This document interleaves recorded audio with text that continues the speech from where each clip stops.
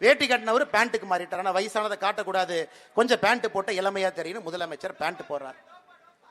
முதலமைச்சருடைய பேரை ஸ்பெயின்ல ஃபுட்பால் விளையாண்டு இருந்த பேரை 4.5 ஆண்டுகள் கழித்து தமிழகத்தில் சினிமா நடிகராக அடுத்த படத்தில் இன்பநிதி ஸ்டாலின் கொண்டு வந்திருக்கிறாங்க.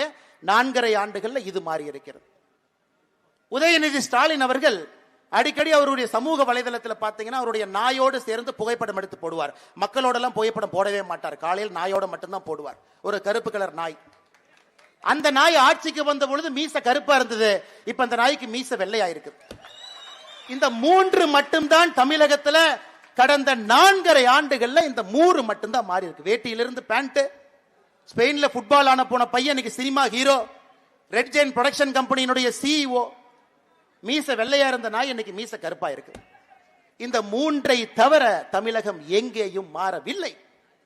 கொலை காடுகளாக, நகரத்திலிருந்து கிராமத்து வரை ஆணவ படுகொலைகளாக, பார்க்கின்ற இடத்திலெல்லாம் 8 திக்கிலும் கூட மக்கள் மாண்டு கொண்டிருக்கின்றார்கள். முதலமைச்சருக்கு அதை பத்தி கவலை இல்லை.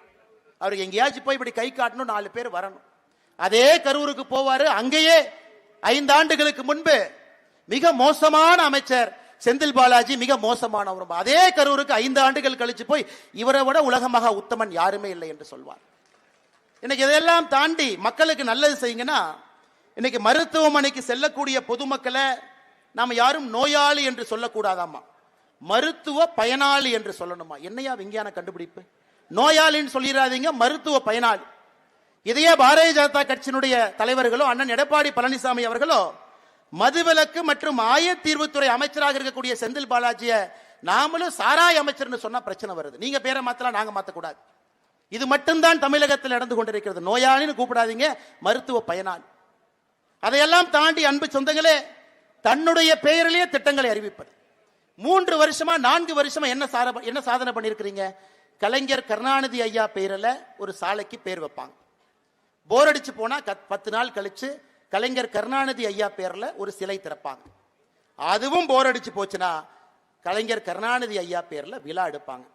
அதுவும் போர் அடிச்சுனா கோபாலபுர கொத்தடிமைகள் அவர்களுக்கு அவர்களே பாராட்டு விழா நடத்துவாங்க.